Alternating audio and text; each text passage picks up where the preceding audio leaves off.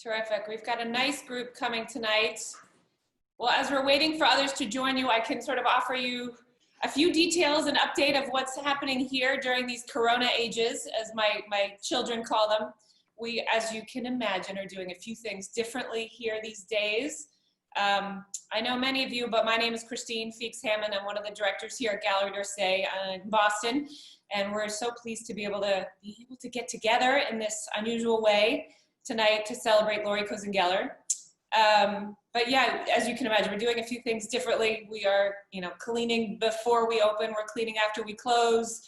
We're cleaning between every single visitor, the UPS guy, the mailman. We don't clean after the cleaning person comes, but it's been discussed. I mean, we really are taking this all very seriously.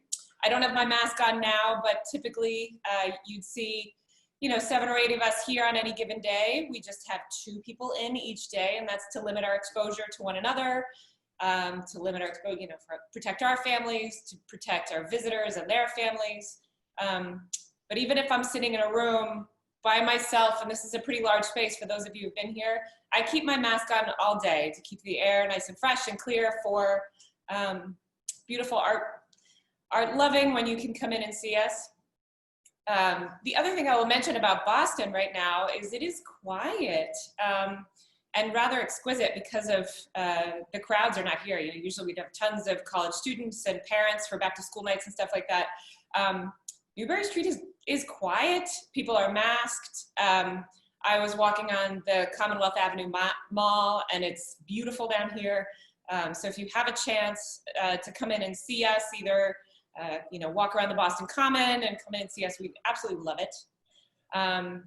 Terrific. We've got lots of art lovers coming in. There's Devin.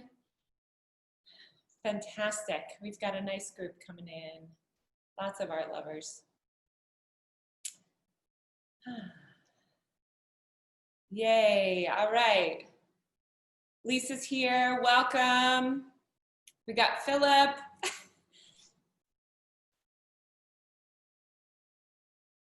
Wonderful. So come out and see us if you can. More about what's happening here. We're celebrating our 20th anniversary here. Like so many celebrations that have happened throughout the last 6-7 months, our big bash that we had planned was indeed postponed, but we're trying to look positive, think positively about this, and we're looking forward to celebrating our 21st. I have no idea where I was on my 20th birthday, but I surely do remember where I was on my 21st. So I think the 21st is actually a better one to celebrate anyway. So when we are all together next year, hopefully around this time, the bubbly will be flowing, the inspiration will be teeming, and we very, very much look forward to being all together again sometime soon, hopefully sooner rather than later. But we do feel rather big about the 20th anniversary of Galerie d'Orsay. I've been here for 17 of them. And it's been a wild ride. We go back as far 6 centuries. It's Albrecht Dürer and Rembrandt are, 2 sort of oldest artists going all the way through. We work with living members of the Camille Pissarro family, the Barbizon School, Toulouse-Lautrec, Renoir, Manet, Degas, Pablo Picasso, Salvador Dali. So it's really an outstanding collection. And then, of course, to begin to honor the women in art, Peggy Guggenheim, to paraphrase her, we're still waiting for Lori to come in here. I think, Lori, you're not here yet, are you? Okay, we're still waiting on Lori, which is great. I've got lots to update you on in the meantime. Peggy Guggenheim, who was a great visionary, of course, is the museum in Venice. She said, I'm paraphrasing her now, but she says, if you don't support the art of your time, you are shortchanging your future. And so we represent a number of contemporary artists as well. And as part of this Women in Art show that we're doing now we're thrilled. So we are showcasing Mary Cassatt, the American Impressionist, the French Impressionist Berthe Morisot, the abstract expressionist Helen Frankenthaler, and then contemporary artists like Kathy Beist, Natasha Zupan, Elizabeth DaCosta Ahern, Carol Gove, the sculptor Tola, and of course, Lori Cozen-Geller, who I'm sure is going to be joining us very shortly. Wonderful, wonderful. It's going to be a great night.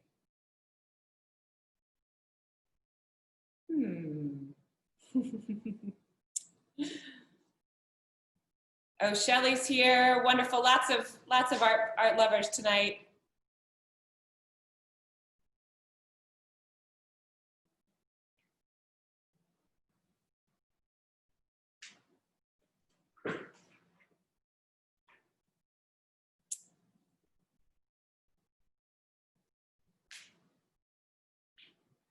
Phil and Elizabeth, it's great to see you. It's been a long time.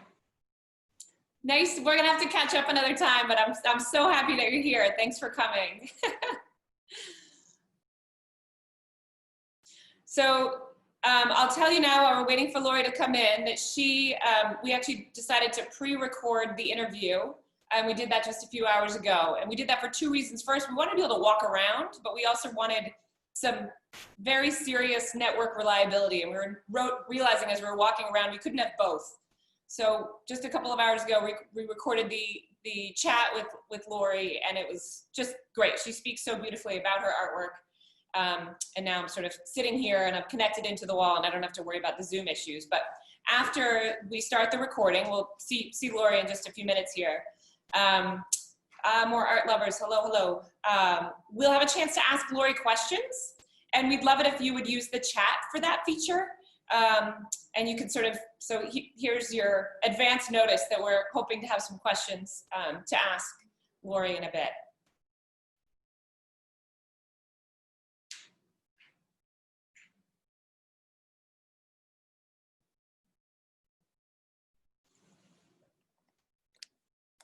Oh, I might see Lori coming in here. So we've got lots of art lovers. Lori, I wonder if I might be, if you might be there. You are there. Hi. Hey. A little more technology problems. We apologize over here, but hello everyone. Hi, Boston. You're fashionably late. You're right on time. We're just so pleased to have you.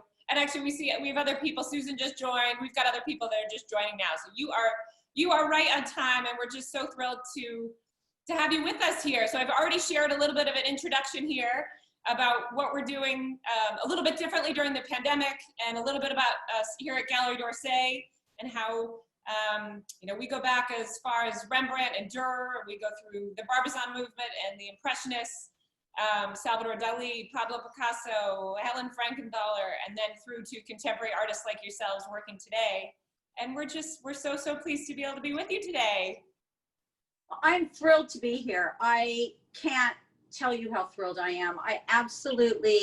It's a joy to work with this gallery. And I just want to say how proud I am of all of you at Galerie d'Orsay, particularly you, Christine and Martha, to be in this magazine, Boston Common, as two of the most incredible women in Boston. It makes my heart skip a beat, because I happen to agree. I think you are so incredibly professional. We'll have to, Ben is bringing this. This is fun. Okay. So you can know what she's talking about. So this is the Boston Common. This is their 15-year anniversary. And so the talented Martha Folsom and I were featured. Let me see if I can get that nice and close. She and I were featured there as part of, honored as part of their dynamic women feature. So that's fun, Ben. Thanks for bringing that over to me. Well, we're thrilled to have you with us here tonight. And that's fun that you mentioned that, Lori. Thanks. You're welcome. Well, like I said, Lori, I did share a little bit of a background of what's happening here with our Women in Art show, but I would love to go into a little introduction of you before I begin our chat here that we recorded just a bit ago. There's a playful geometry to your sculpture, a bold and assured asymmetricality that proves just alluring time and time again. Unlike your classical sort of minimalist contemporaries or colleagues, there's a vibration. Like typically with minimalism, we think of sort of a stark stoicism, and we enjoy them just by letting the calm and the quiet wash over us. But that is not the case with your brand or your style of minimalism. there is a vibration and an energy and a meditation and a joy that comes out of each one of them that's just proved so alluring time and time again. Thank you. Recognized by many museums, the Phoenix Museum of Art, the venerable Los Angeles County Museum of Art has recognized you, the Palm Springs Art Museum. These last two that I'm going to mention actually have your artworks as part of their permanent collection, which is just wonderful to see these sort of academic accolades with the Museum of Art and Art History in California, as well as the Ventura County Museum of Art. Laura, your artworks are a joy, and it's an honor to represent your work, and we're just so pleased to have you here with us tonight. Thank you. Thank you. I'm honored. Thank you. Terrific. Totally honored. Ben, I would love some assistance in starting this interview. So Ben's going to do that. And I mean, this is pretty neat. So you've flown from your home office, computers, your couches, all the way to Boston's Back Bay. Here we're in the historic district. We're just a block away from the park on Newberry Street in Boston. And we are about to go all the way to see you in California. So I hope all right, and we are back. You are so good to us for hanging in. We're gonna wait for everyone to come back. We are all queued up once I get the additional names that come in.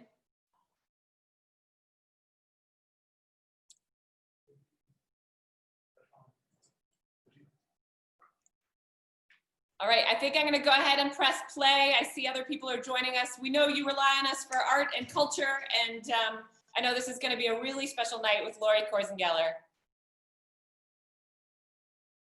Terrific. All right, thanks again for your patience. So now we're gonna fly to Venice Beach, California, and come see Laurie. So here we are in Boston. Are we able to fly to Venice Beach, California to be there with you, Laurie? You have landed. You have arrived. Technology is grand. When it works, right? Here's hoping. Perfect. Well, Laurie, we're so pleased to be with you there in the studio, and we know how rare and not many people get this chance to come into your private space. I know it's quite intimate, so just thank you so much for opening your doors and turning on your camera and allowing us to come see you this way tonight. Well, thank you for allowing me to be a part of everything that you do, and thank you for visiting. I'm so thrilled to have you. Yay. Well, Laurie, I can't forget the first time I saw your work, and of course the word minimalism comes to mind. And as I've gotten to know you better and read your artistic statements and really heard the stories about your artwork, I see that term really doesn't come to mind. Minimalism is typically associated with sort of spirituality and stark calmness and simplicity, and there's not much emotion into it. And as I've gotten to know you and your work better, I see that you pack such emotion and meditation into so many of these works. It's not surprising that the famous art critic Peter Frank has called your work constructive minimalism, as you've added so much emotion and detail into the work that you've created for us. Thank you. But I wonder if it would be good, maybe we could start with talking about one of the first artworks that you've made, which is entitled Peace. If we walk a little bit over this way, maybe you can speak about this work. Of course. Peace was the very first piece of art that I ever designed, and it was in 1986. And it was done without intention of actually creating a piece of art. It was done out of pure emotion. It was designed the night that my father passed away. My dad was my best friend. And so the night that he passed away, after I put my little boys to sleep, I just saw a napkin and I saw a pencil, and I immediately, without thought, I just sat down and drew this square. And then I drew a triangle within the quadrant somewhere. And I saw a cuticle scissors, and I took the cuticle scissors and I cut out the triangle and I tossed it into the trash. And I said out loud, this is in memory of my dad. My life will never be the same. But I knew that I couldn't be negative because my father taught me to be an optimist, which I am. I'm the ultimate optimist. So I reached down into the trash and I picked up the little triangle, but I knew that I couldn't place it exactly back into the square because my life would never really be the same. It would always be different. But I would hold value and honor to my dad through the way I lived my life. I would be the optimist that he taught me to be. I would teach my children all about him in every single lesson that he gave to me. I would pass on. And so the first piece, that piece that I did, the original one was 4 feet by 4 feet square, and I did it in Ferrari Rosa Corsa red automotive paint because I wanted to show the love of red being such an iconic color for love. And then I wanted to honor my father who loved, he just loved collecting cars and vintage cars. So I did it after, a Ferrari paint. And I named it P-I-E-C-E because a piece of me was missing, but I was at peace, P-E-A-C-E, knowing that I was going to keep my father alive. And that was my first work of art and very meaningful to me. That started it all. So I think at home we can, collectors that come into the gallery, when we begin to share with them some of these highly emotional stories, the quote, the famous Frank Stella quote, who was a famous minimalist, he said, "What you see is what you see." That totally doesn't apply, as that human emotion and the universality of it speaks very strongly to you, doesn't it? Well, it does. And, for me, minimalism, as you just said, is supposed to be nothing more than looking at the shape and the form in space. And I think there's a beauty to that. I think that our country needed that, our world needed that at the time that minimalism became created, actually. But for me, that's not what it is. For me, my work is minimal in its shape and its form and its color. But it's packed with the details of emotion. And so I feel like I've broken the lines of minimalism. I didn't do it intentionally. I never set out to say, I'm going to do minimalism a different way.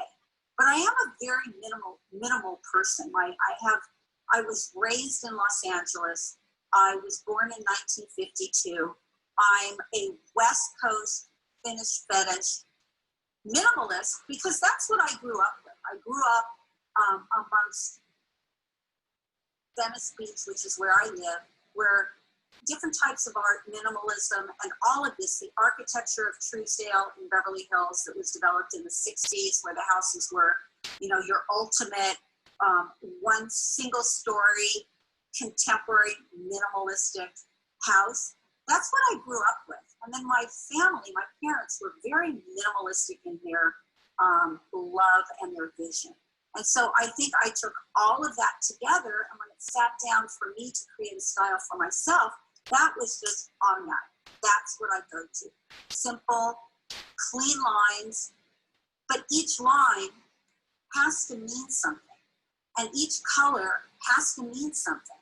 And the shapes that I choose to either put together or draw apart, everything is done very purposely. So that's my interpretation of minimalism for me. Amazing. I want to walk around the corner and see another piece as we're talking about the cars. This one's in Maserati yellow. This is one of my personal favorites. These are the chatterboxes. Yes. So can you talk about how a little bit of growing up as a girl and car culture more in your house and what that was like and the importance of it? Car culture in my family was huge. I had 2 brothers, and I started dating my husband when I was 14 and he was 15, so he pretty much, was at our house all the time. So I had these 3 boys around me with my father, who was completely head over heels in love with the beauty of cars. So my father taught us all to look at the automobile as a piece of art. Look at the lines and the shape. Look at the colors as pieces of art. And of course, growing up in LA, all we wanted to do was get in somebody's convertible and drive down Sunset Boulevard on a Sunday afternoon because cars we don't have snow. So we don't have the confines of not being able to have these, these cars and drive them almost 365 days a year. And that's what we did. So when I look at an automobile, I would rather go to an auto show, we have them every year, to see the new cars, because I walk in looking at things differently than, oh, it's a car. I'm looking at the shape, the way it reflects light, the paint colors, the curves, how the bumpers interface with, say, the door. That's what I'm looking at, because I see things differently, and it's just the way I've always seen it. So I see the beauty in the world of automotives. And my husband's a complete car nut, so is my brother. So it's just in our family culture. There was a great exhibition here in Boston, maybe 10 or 15 years ago, that was called Speed, Style, and Beauty. And it was actually Ralph Lauren's car collection. And I think I just realized what I'm going to get you for your holiday gift this year, because I should find this coffee table book for you. But that show really elevated cars in a way for me that, I hadn't really thought of it before. But it was just an extraordinary collection of cars. So it was neat to see it elevated by such a prestigious museum as the MFA in that way.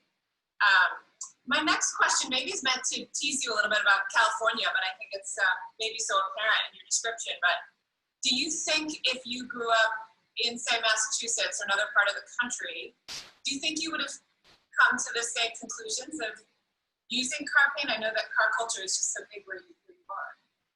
I don't think that I would. I think that I am innately a minimalist. So I probably would never have put the idea of cars into my artwork. I probably would have gone with high gloss lacquer, polyurethane, furniture, paint is probably what I did. But that wouldn't have honored my father.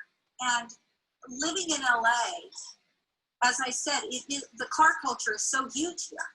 And no, I don't think car culture would have been a part of it, because it would have been impractical to have these beautiful cars, when it's 30 degrees and it's snowing. I know that here, when it rains, we all get nervous about our cars, let alone living in the snow.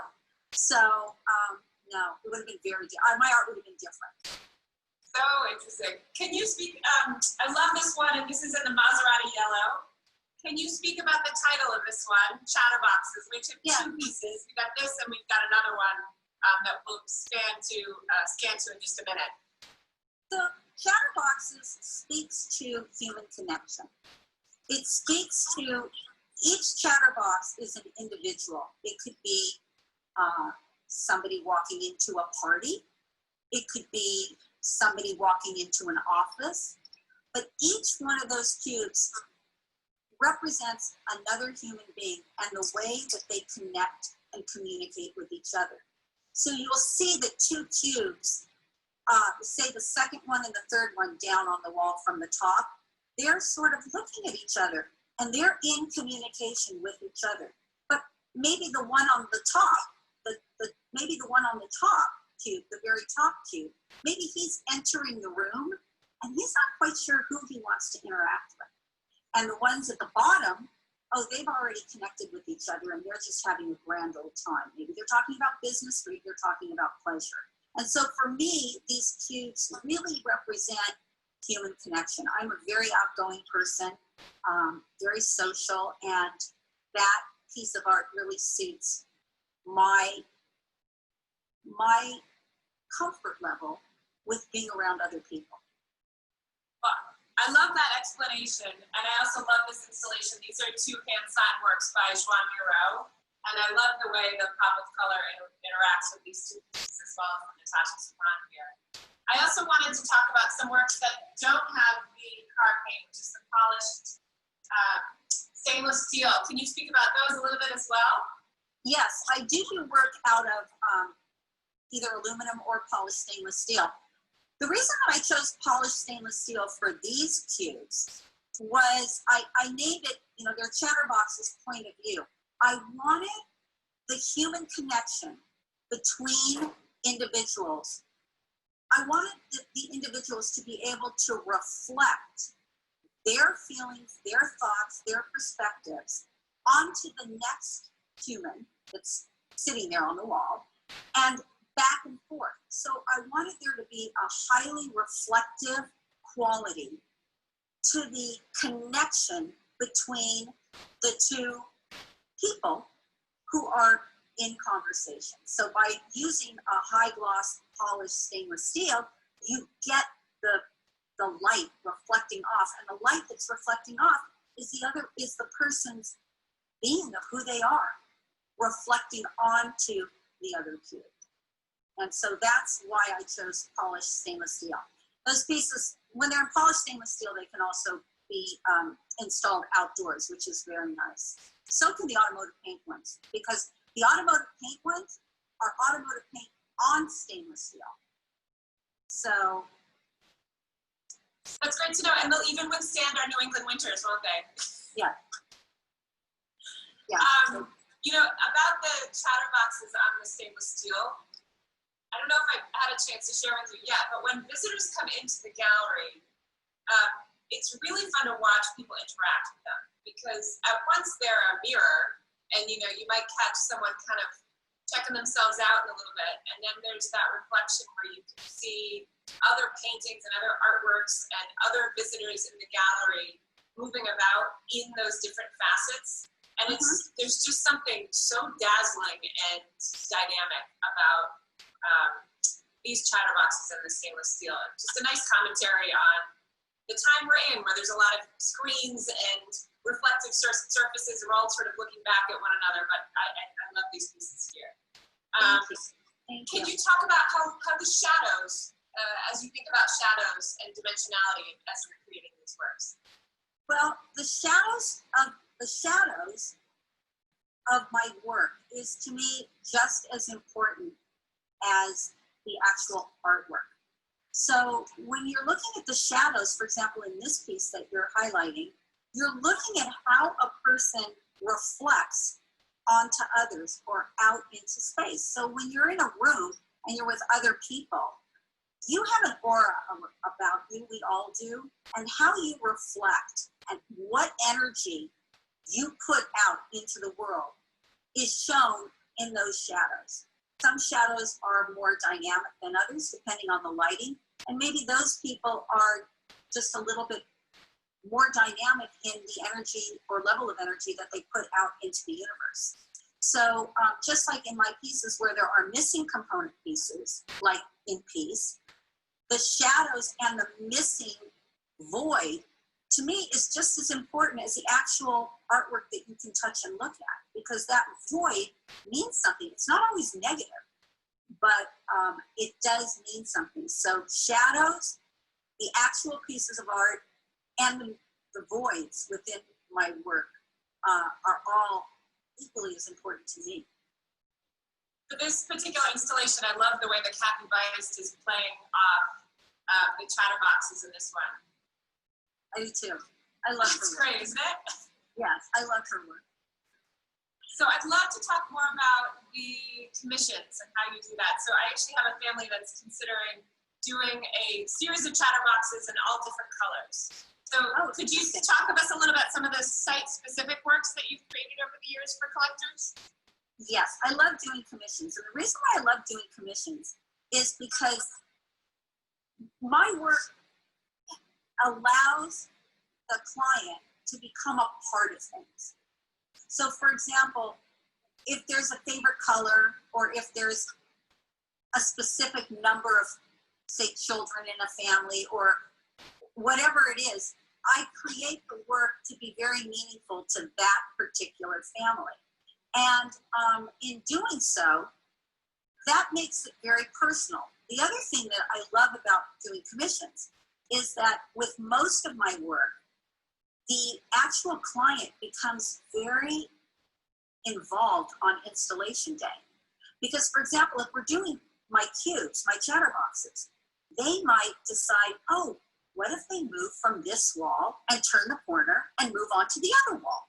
Wouldn't that be great? Or I've had clients where I've done 2 commissions, like Peace. One of them was Peace, and then one was another piece that I've had. And they put one of the pieces in the living room, the large part, And then in the dining room, they put the other large artwork. But then in the hallway, they put all the missing component pieces. And that was the client's idea. So there's a lot of room and space for the clients to become involved in where the work goes and how it moves around within the space. And from that collector standpoint, it's so meaningful to know that you could do that, and there's a playfulness and a whimsy that's just great with all of these works. I'd love to talk about Oblivion as well, as there's such power in electricity, so I'm going to turn around here and come up here a bit more. Maybe Ben will scan the room of Henry Matisse, Sky Hoyt, Elizabeth DaCosta Hearn as we head upstairs.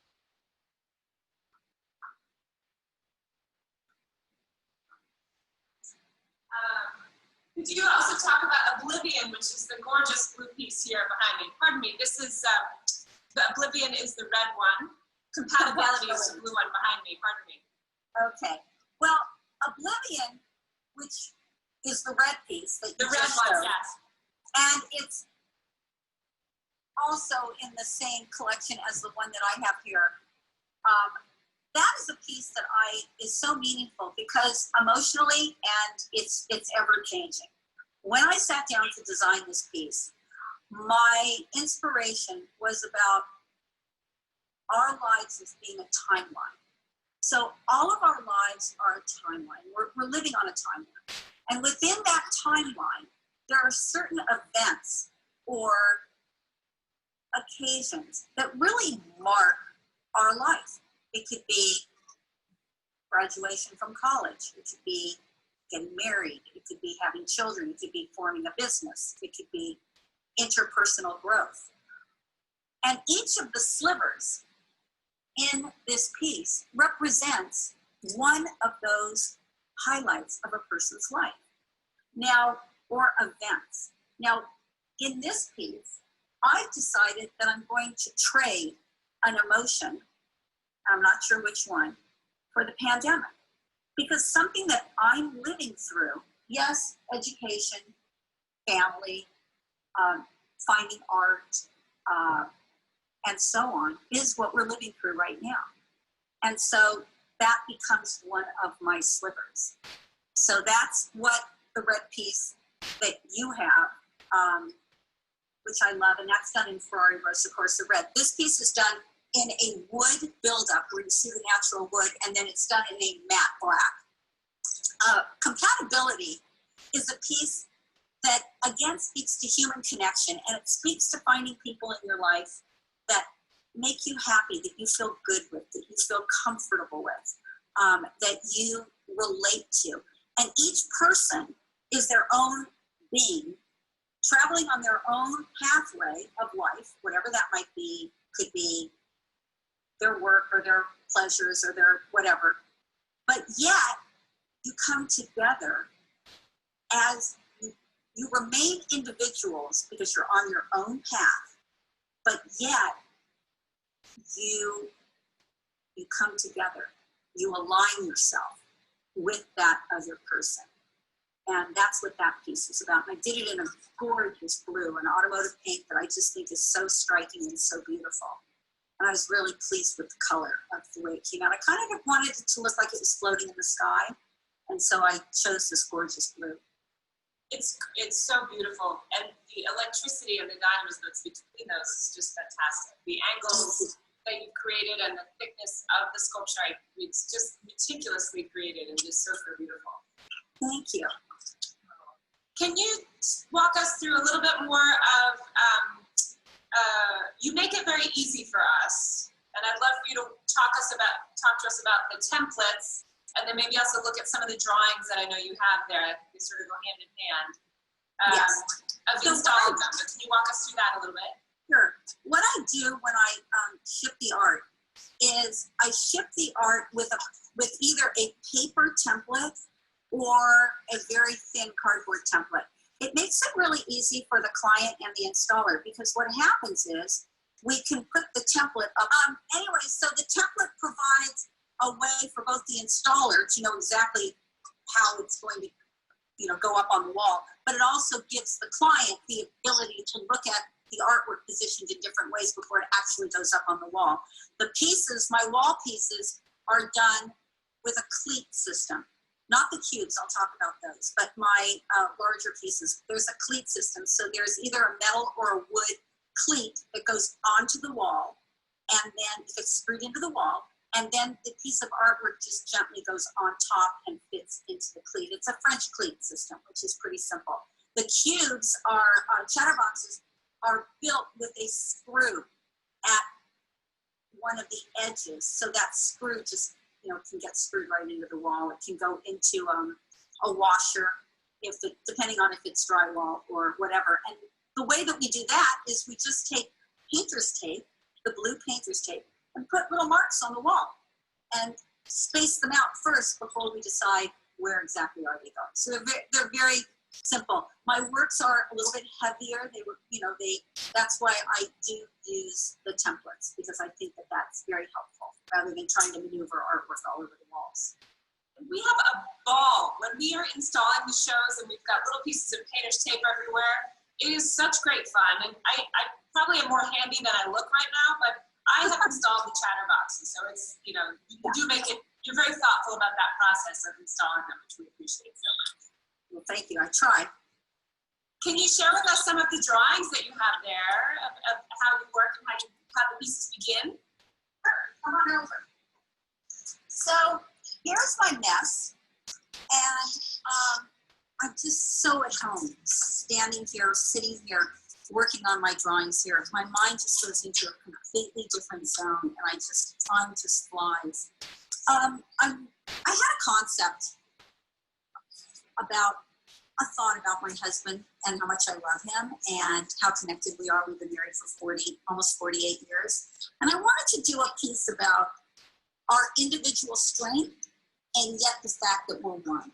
And so I sat down and I drew this, and it's layers, but it is, one is Steve and one is myself.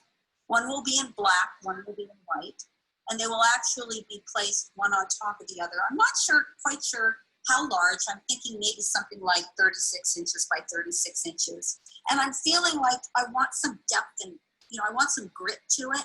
So I'll probably do each of these panels in 2 inches deep. So the whole piece might be 4 inches or 3.5, something like that. And what it really speaks to, I haven't named it yet, but it's very minimal. But what it speaks to is, this is just the section of us as one. But yet, each of us are very strong. We're both very strong people. And we each have our own direction. But we come together as one, if this is making any sense to you. So they start off on paper, and then I move to graph paper. Here's a piece, Lean on Me. I don't know if you can see. Can you see this? Because it's very light. We can, that's great. Oh, beautiful. So this is Lean on Me, and it's the people in our lives that we lean on. Who do we lean on? Who do we lean on emotionally, physically? Who do we need? How do we need them? And so this is just, a piece. It's a version of one that I've done before, but the one that I did before is more like this one, where there's more space in between each oval. And on this one, I wanted the spacing to be really super tight. Let's see, what else can I show you? Oh, so beautiful, Lori. Thank you. Here's another one. They move on. I then graduate from plain paper to graph paper. And this is a piece that I guess, for me to tell you that it's very personal, it is. But it could, I guess what I really want to say to you is that we all share the same human emotions. So we all share love and joy and sadness and grief. So this piece, for me, is love. It's love and independence. So this is a big square. It's going to be huge. It'll be probably 50 or 60 inches. And these 3 are my children. And my whole world was my family and is my family and being a mom. And of course they are 43, 40, and 29 now, but they're still my babies. And they were the center of my world and still are, along with my husband. But they are grown up. And as we all know, you want your children to grow up and shift and move into the world as strong human beings. And so when this piece is built, these 3 sticks, which are my kids, will be placed on a wall. And maybe they'll be together, but maybe they won't be. Maybe each stick will be pointed a different direction because that's the direction that they're going in. I'm not quite sure yet. But this piece showing love and connection can also refer to business. It can be business partners. It can be best friends. That feeling of love, yet having independence, is universal. So that's pretty much how my work is. The idea or the message behind each piece is universal, but maybe the story is, pretty private to me. So I use, I love my stencils. I have so much fun in the art stores finding stencils because when I first started, I used to walk around the house and find things like coasters and coffee cups and little square pieces of notepads. And then I just said, I'm going to find these beautiful stencils. And so I do use my stencils. And I saw this one and I thought, isn't this interesting? Just this shape is so interesting. And I think it talks about human growth. Just this, I see things differently. I always have. And I've always looked at the world through shapes. And so when I do look at this, I see growth, personal growth. And so I did that. That's going to be a really fun piece. It's here somewhere. I'm not quite sure where, but I did do, well, I can't find it right now, but I did do a drawing of that exact shape of different ovals moving from large to small. I actually found my very first piece. This was for a piece that I drew in 1986. So it's very special to me because, of course, that was my first piece of art. From there, it's computer generated. Thank you. It's computer generated onto a computer, so I can then look at them. I take my shapes and they're put onto a program so that I can then tweak it. So, for example, in this piece, the bottom part needs to be the same distance as the top. So the pieces will then get tweaked. And then from there, I can then do more computer generated pictures so that I get the exact dimensions and I'm able to see exactly, what I'm doing and what they're going to look like. So that's pretty much my process. And then of course they're built out of either metals or wood. Laminate is placed on the wood to keep the wood really tight. Or I'm also using high density sheeting, like a polyurethane sheeting, which is another method of a material that I'm using. And then of course they are treated exactly like a car. They're like high gloss automotive paint or matte automotive paint on those underlying materials. Amazing, Lori. And just the meticulous nature that's in you and that comes through in the artwork is just so expressive. And the works that we have here are just absolutely dazzling. We are thrilled to have the works that we have here. Thanks. We are sort of getting to the end of our time here. What other things might you want to share with us while we're in the last few minutes? I'd love to show you my chatterboxes that are outside. Can I show you those? Oh, yes, please. Let's go. Follow me. These are stainless steel. I did them in a swirled finish. They're out here in the garden, adding together. This little one really wants the big boys here, and he's trying really hard to get into conversation with them, and they're being very patient with them and really allowing him to come in and chat with them. So I love my chatterboxes. And these are great. These have been out here for 5 years. I live near the beach. I'm probably half a mile from the beach. They don't rust. They don't lawnmower going. And they're great. Lori, they So are that- amazing. And again, we're all sort of looking to travel. It's great to be there with you in Venice Beach, California. Thank you. Well, I know our connection isn't that great,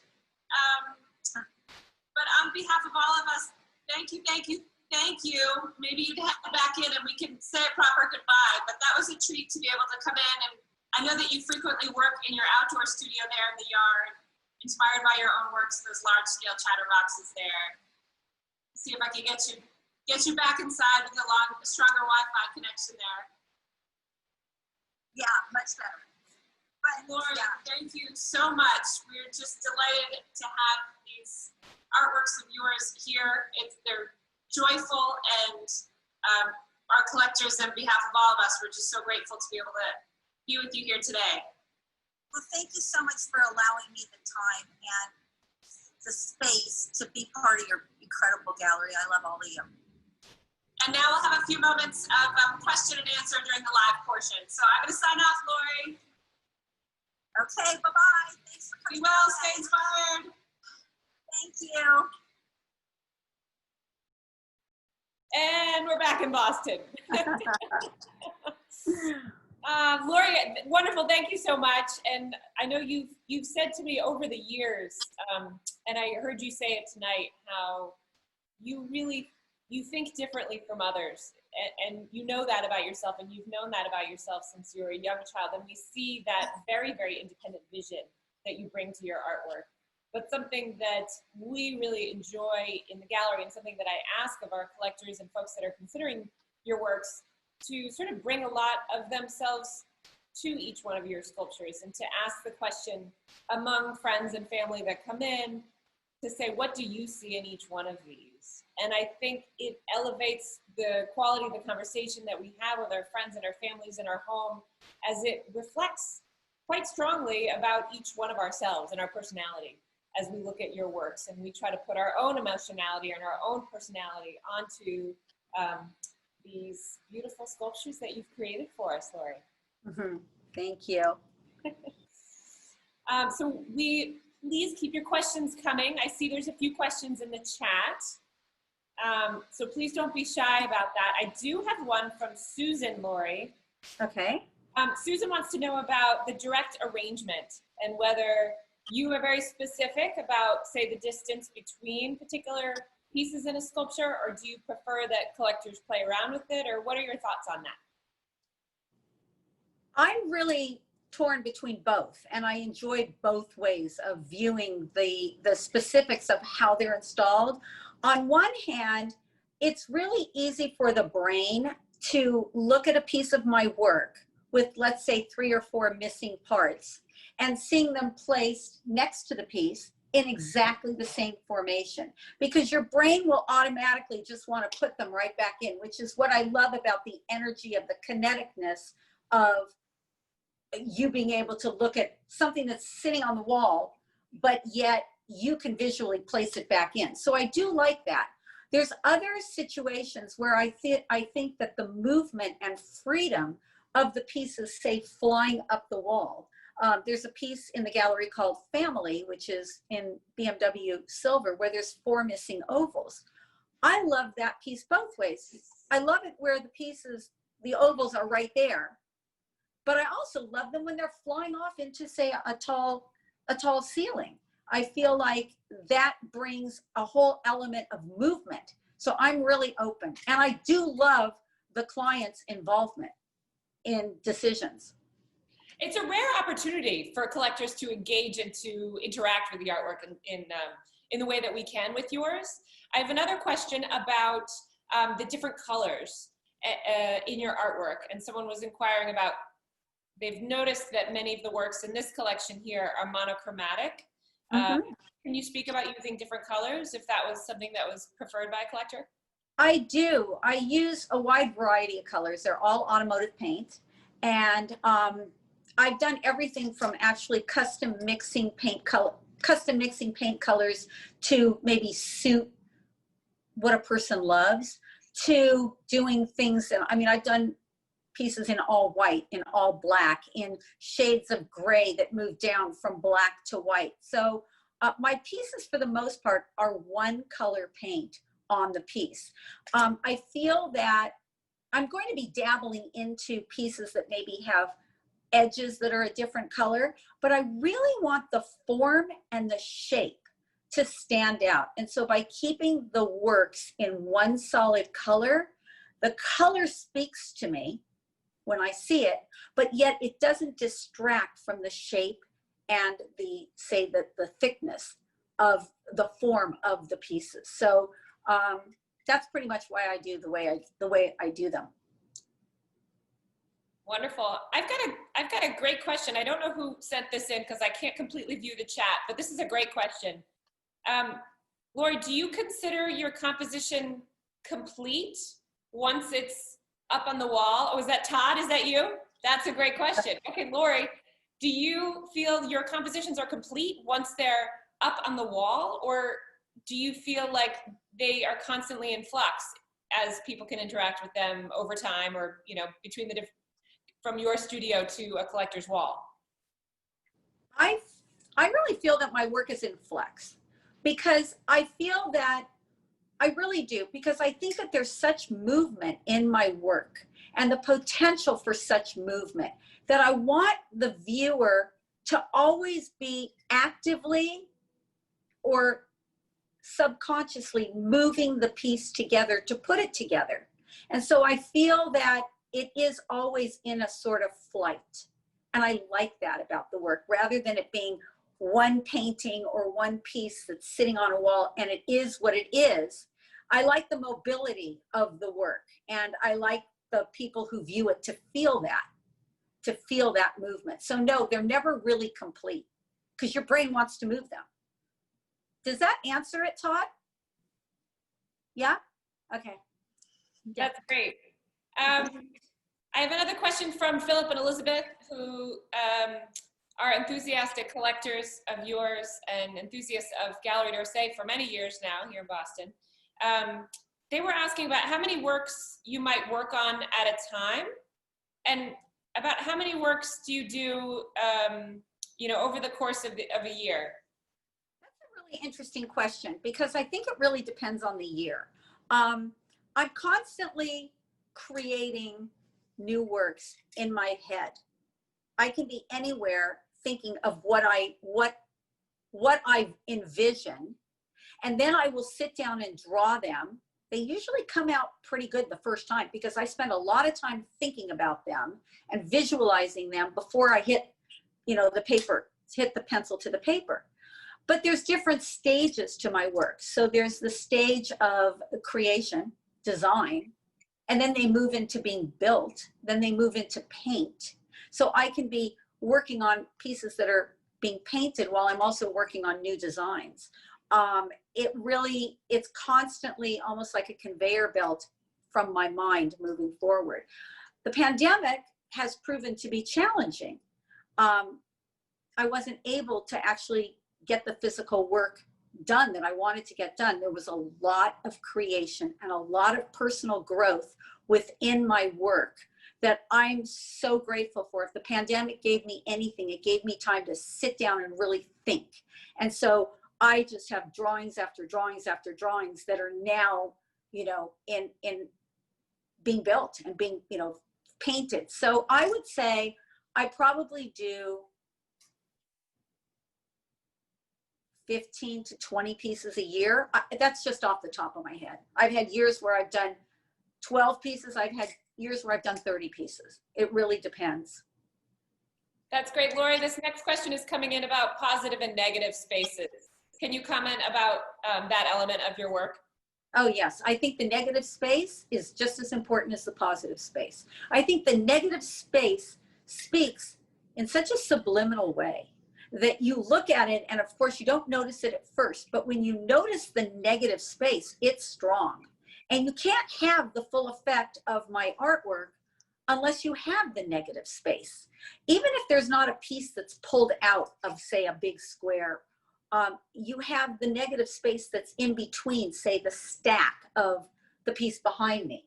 That negative space is very important. It allows for shadows, and it allows for breathing room that makes you want to bring the piece together. That negative space helps create the energy to bring things together. And so it's really super important to me. So our time is sort of coming to a close here with you, Lori Cozen-Geller, here at Galerie d'Orsay in Boston. I'm sorry we can't take all the questions. However, I did want to mention that you've been so kind to make yourself available to Galerie d'Orsay collectors and those considering acquisitions for private Zoom conversations. Please get in touch with us about the possibility of doing that, and we can set up a conversation with Lori or with some of our other living artists here at the Gallery. We're delighted to try to do that in these unfamiliar times. And I want to share one other story that's been really powerful to me throughout the pandemic. And that is, I had a collector who's, you know, an avid art lover, and he texted me one day, and this is probably in late April or early May, when anxieties were running very high among all of us. And he wrote to me to say, Christine, I had no idea how essential the art would become. He had no idea how essential his art would become. So I know that art is not food on the table. It's not air to breathe, but I know that this is an essential part of our humanity. And Lori, what you're doing is, like I said earlier, you know, elevating the conversations that we're having with one another. There's art therapy in there. It's a delight to see you being recognized by academics and museums and fine art institutions. And we're just elated to have you here as part of our Women in Art show here at Galerie d'Orsay in Boston. Well, I want to say thank you again to you, Christine, and the whole team. But I also want to say thank you to all of these wonderful viewers that took their time to listen to me and let me open up my heart to you and share with you how I feel and what my thoughts are and my perspective on my art. I really do appreciate it. I'm a very grateful person. I always will be. Well, reach out to us, collectors, enthusiasts. Let us know your favorites. Yeah, we're just so pleased that you could join us tonight. So on behalf of myself, Christine Feeks-Hammond, my co-director, the talented Martha Folsom, Ben Fleith, who's been essential in putting this whole event together, Jenna Gazoy, Devin Engel, we're signing off from all of us. Lori Cozen-Geller, thank you, thank you, thank you. This is to all. Be well, stay inspired, everybody.